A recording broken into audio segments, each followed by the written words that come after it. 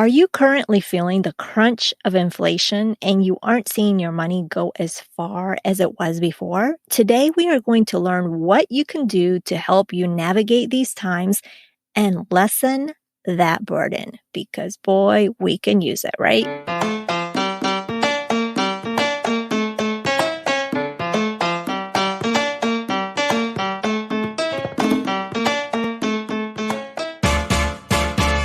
Yes, you are here. Bienvenida to the Her Dinero Matters podcast, a mixed language podcast hosted by me, Jen Hemphill, to help you become the reina of your money and love your dinero more. If you are needing some inspiration and encouragement at this very moment, you have come to the right place. Gracias por compartir este tiempo conmigo. Now let's jump in to today's dose of money confidence.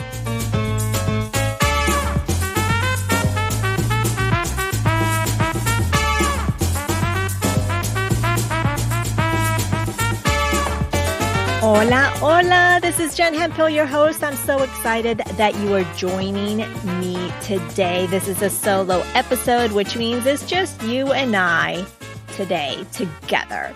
And today we are focusing on a topic that is so relevant for today, for the times that we are living in, because we are living in a time where there has been a significant spike in inflation. We have seen this in gas prices and many of the things that we typically buy. I don't know if you've heard the story of me going to the grocery store, picking up some chocolate chip cookies because I really had a craving for chocolate chip cookies. I picked them up, put them in my basket to buy, and then I realized they were $15. So I put them back. Yeah, that's one of the examples, and I'm sure you have others. Granted, even though we have seen this spike in inflation, this rise in prices, gases, and chocolate chip cookies and whatnot, we know that over the course of time, prices have gone up. It's not anything new. I remember the times when you could get ice cream for 20 or 25 cents a scoop.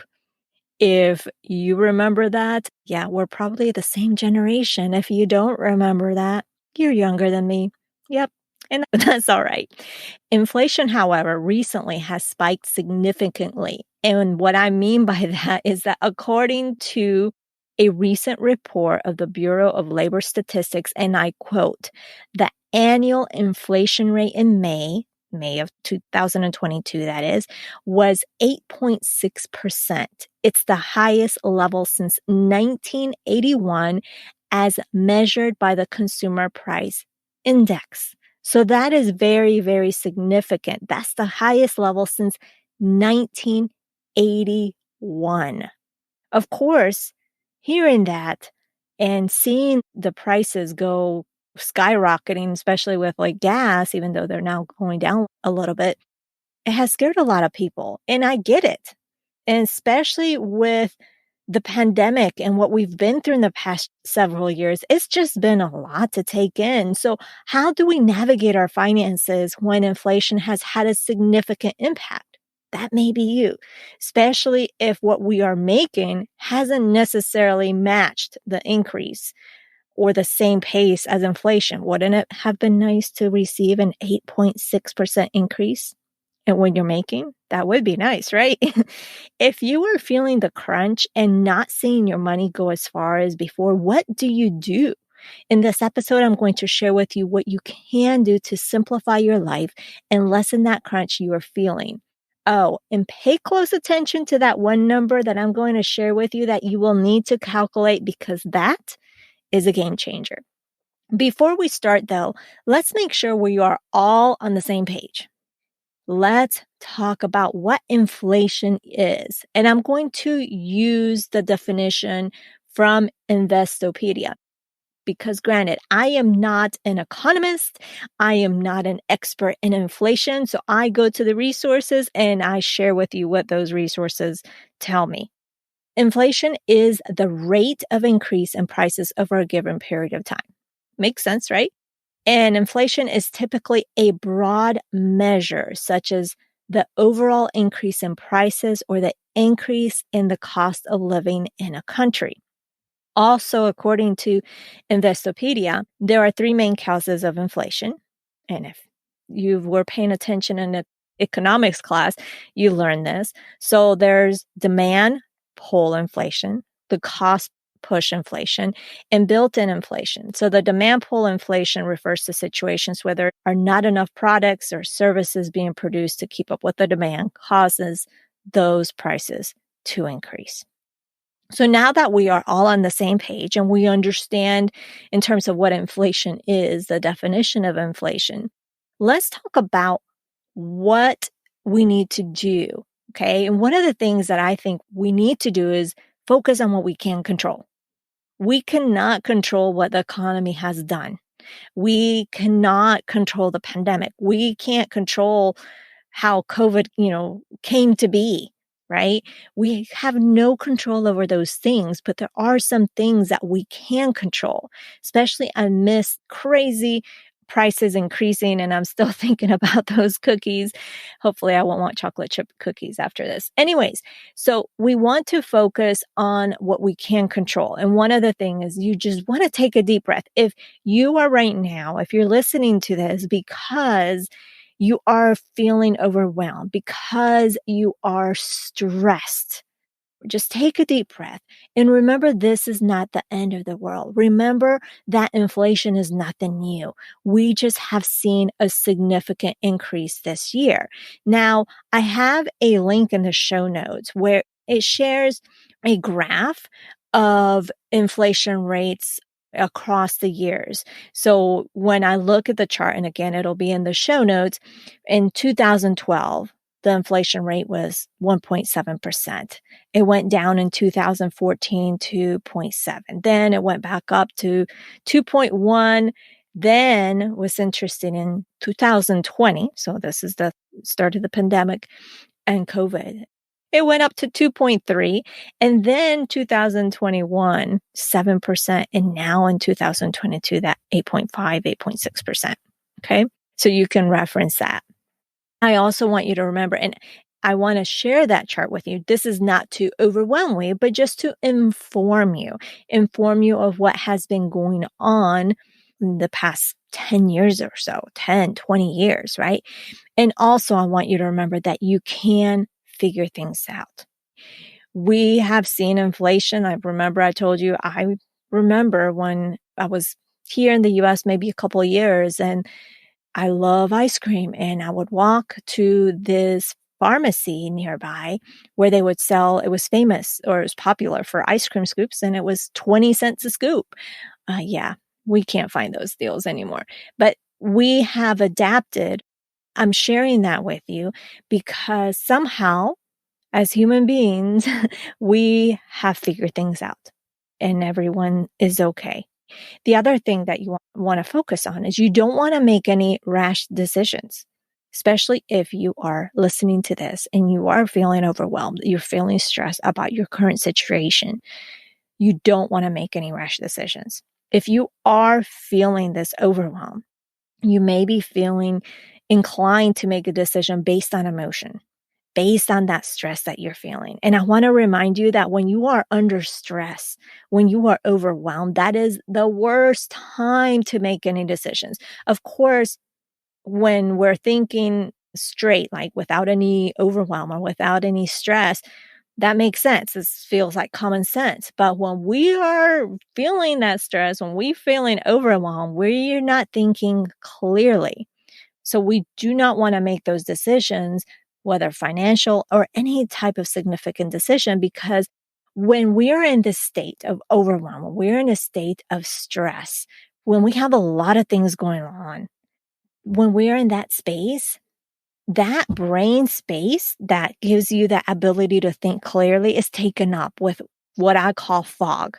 There's a ton of fog. And when there's fog and you're driving, that's not fun to do, right? Because you can't see very clearly through that fog.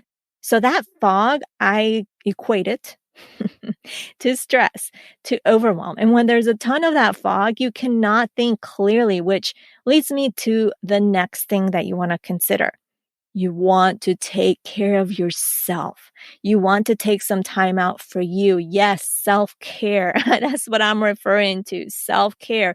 Whatever that may be for you, disconnect from the world and recharge. This will help lessen that stress that you are feeling, which in turn clears that fog in your brain that will allow you to think more clearly and make better decisions.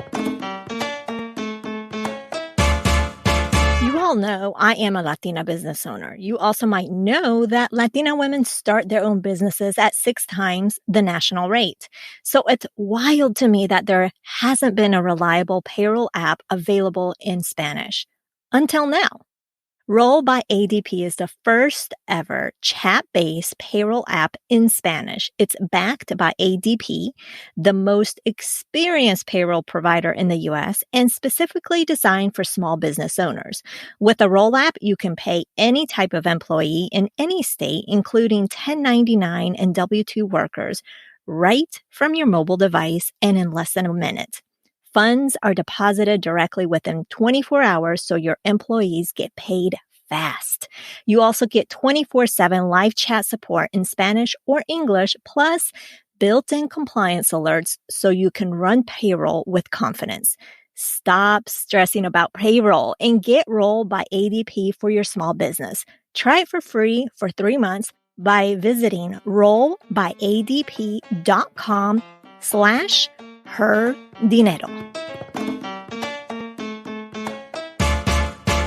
The another thing you want to consider, again, this is about focusing on what you can control, is to keep doing what you've been doing with investing and saving. Don't stop just because you're seeing the stock market tank or things of that sort. You got to keep pressing. Granted, depending on your situation and the impact of inflation on your household, maybe you have to adjust the dollar amount that you're investing or you're saving. But whatever you do, don't stop. Keep that saving and investing going, especially with the investing. There's that magical thing that I've always referred to in this podcast of compound interest. Compound interest is earned over time. And with time, you cannot get that time back. So it's really critical. I don't care if you're investing the minimal amount. It doesn't matter. Something is better than nothing. So we just talked about what we want to focus on, what you can control. And we talked about some of those things that you can control doing. The next thing that I want to talk about is you want to calculate what I call the household inflation number. This is so key and such a game changer because we shouldn't be making decisions blindly, but rather armed with our numbers. And that is what knowing your own household inflation number will do. So what is this household inflation number? Am I making it up? No. Basically, it's the increased dollar amount you are spending as a result of inflation. And that's going to vary from household to household. So you want to look at how the cost of inflation is affecting you in the things you purchase. Gas for your car. I know I mentioned cookies. I'm still thinking about those cookies. Meat, milk. I know I saw that the organic milk where I go grocery shopping, it went up from $5.99 to basically $8. That's nuts. That is absolutely nuts. So you need to know, again, how that cost of inflation is affecting you with the things that you purchase. And why do you need to know that? Because you need to know those intangible numbers, how it's affecting your household. For example, a person that is working from home is not likely to drive as much, right? So since they're not driving as much, really inflation in terms of how much gas they're putting in their car is not impacting them that much because they're not driving as much. They're not going to the gas station and filling up their tank as often as someone that is working and having to drive to and from work on a daily basis. So you want to know how that is impacting your household because, again, we don't want to make decisions blindly. We need to know, and sometimes we need to know how inflation is impacting us because sometimes it's not as bad as we may think. And then we see all these news about, inflation, and we let that overtake our mind and stress us when maybe it's really not that bad for our individual situation. And the only way to know that is to know what the household inflation number is. So how do you calculate this? This doesn't have to be perfect. Okay. There's no formula. This is just literally going through your expenses, see how much they have gone up in this past year. Are you paying more in groceries, gas, other expenses? What has gone up? You want to be aware of those things. And that dollar difference is your household inflation number. So, for example, if your expenses before were $4,000, but now your expenses have been $4,200, and you look at those expenses and it's the same things that you were purchasing before, it's just gone up in price because of inflation, then your household inflation number is $200. Now, beware, if your expenses were $4,000 before and now they're $4,200 because some extra things that you bought, that's not your household inflation number. That's just you bought extra things. Okay. So just keep that in mind. And also, again, I just want to reiterate, and this is why I want you to calculate this. I want to challenge you to calculate this, is that maybe your household inflation isn't that much, right? Isn't as bad as you may think. The important thing here is to know what it is in dollars, in cents, that tangible dollar amount, because this will arm you to make the decisions that you need to, right? And it will also alleviate that stress that you may be feeling, because I know, for example, my mom is getting ready to retire. And because of the news of inflation, that impacted her drastically, or scared her, I should say. Sometimes these things scare us, but unless we know what it really looks like for us, should it really scare us?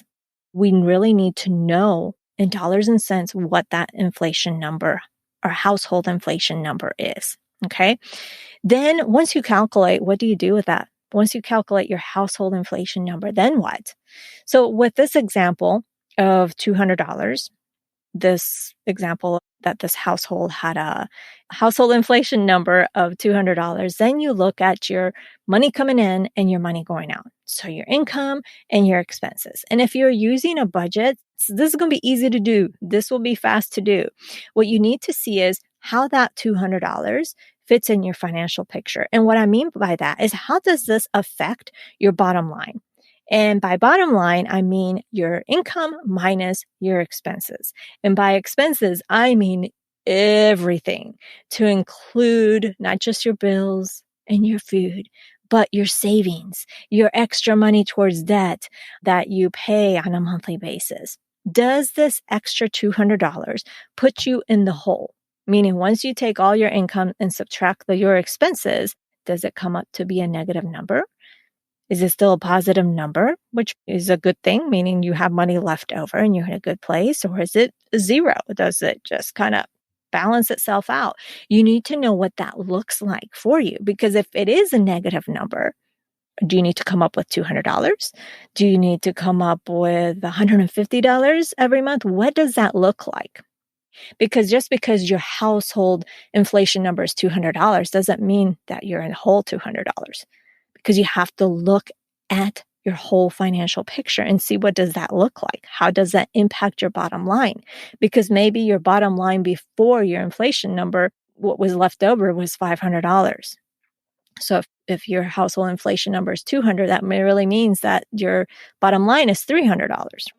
So you have to really understand those numbers. Okay? Este episodio de Her Dinero Matters es traído a ustedes por McDonald's. Todos tenemos un McDonald's en nuestro barrio especial para nosotros. ¿Cuál es el tuyo?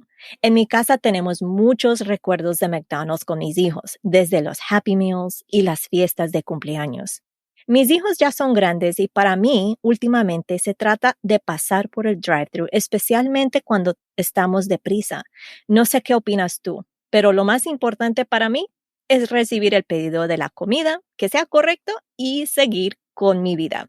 No creo que exijo mucho. Así que cuando el miembro del crew me preguntó que cómo estaba yo, me cogió de sorpresa. Lo que él no sabía era que había tenido un día de mucha locura. Y él fue el primero en preguntarme cómo estaba. Esta sencilla pregunta cambió el tono de mi día. McDonald's. Me encanta. Now, If your household inflation number puts you in the hole, again, if it goes into the negative, meaning there's not enough income to cover everything, what do you do? What can you do? This is when you problem solve. This is when you come up with solutions. And this is why it's important to know what it is. Because if you know what this dollar amount is, it's easier to plan because you know what you're striving for. In this case, this example, $200. So what can you do? Maybe you can substitute other items. So let's say an example of that organic milk, maybe you don't buy organic milk for a while and you save yourself some money. Or maybe you love meat. I know meat has gone up in price and maybe you don't eat as much meat. Maybe, and granted, chicken, I'm sure, has gone up in price too. So what are some things that you can substitute? Or maybe you just don't buy. Maybe it's about making more money because it's not always about cutting out. It's also sometimes you just have to make more. So again, having this dollar amount makes it easier to create that plan because you know what you're working with instead of going blindly. You can also reassess your wants and needs. Maybe this is a good time to see, okay, is this really a want or a need? But even though you can do all that, you don't want to restrict yourself so much. Again, you can make more money. How can you make more money? You don't want to restrict yourself so much and you want to still plan for some fun. This is just because we are seeing these increases in prices doesn't mean we have to be miserable. We can still figure out a plan. It takes just some thinking, some planning, some creativity, so you can still have some fun. You don't want to restrict yourself and be miserable because that's no fun. This is life. You're here to live. You're here to make a difference. You are here to enjoy, and you can't take that money with you at the end of the day, right? You want to do some smart things with it, but you also need to enjoy it. Okay. Another thing I think is really important to consider is that if you're currently carrying a credit card balance, you want to make sure you do these two things right now, like after you listen to this episode. Or after I tell you, you can press pause and you can go do these things now. Here we go. Again, if you're carrying a credit card balance, you want to check your interest rate. Interest rates can go up during inflation. In fact, they have. You notice with your savings accounts, the interest rates have gone up. Well, interest rates have gone up across the board to include credit cards.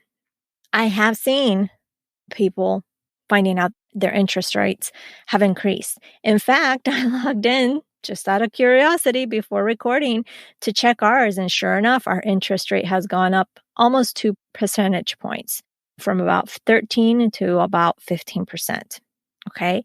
This is critical if you are carrying a balance.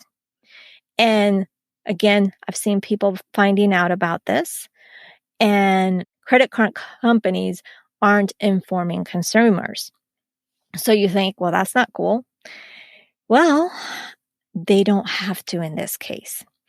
So there is an article, I'm linking it up in the show notes, by NerdWallet. And because I wanted to see, like, do they have to? I know there's certain cases where they have to notify consumers. There's laws to protect us as consumers. And I quote from this article, "The prime rate rises and falls based on decisions made by the Federal Reserve. If the prime rate rises, the interest rate on your credit card will rise too. This is a situation in which your issuer or your credit card is not required to give you a 45 days notice of a change to your APR." Okay. And in that same article, it tells you when they are required. But I wanted to share with you in case you are impacted by this and you're carrying a balance and they didn't notify you, is they don't have to. So make sure that you log in, check your statement, and see what your interest rate is, especially if you're carrying a balance, because that's going to make a drastic difference to your debt payoff efforts, especially if it increased several percentage points. Okay, so I want you to be aware. The other part is don't go into more credit card debt. Note, I didn't say don't use a credit card. Well, if you're carrying a balance right now, don't use that credit card that you have a balance in. I only said just don't get into more credit card debt. If you have another credit card that you're wanting to use for points, you can just make sure you pay it off in full.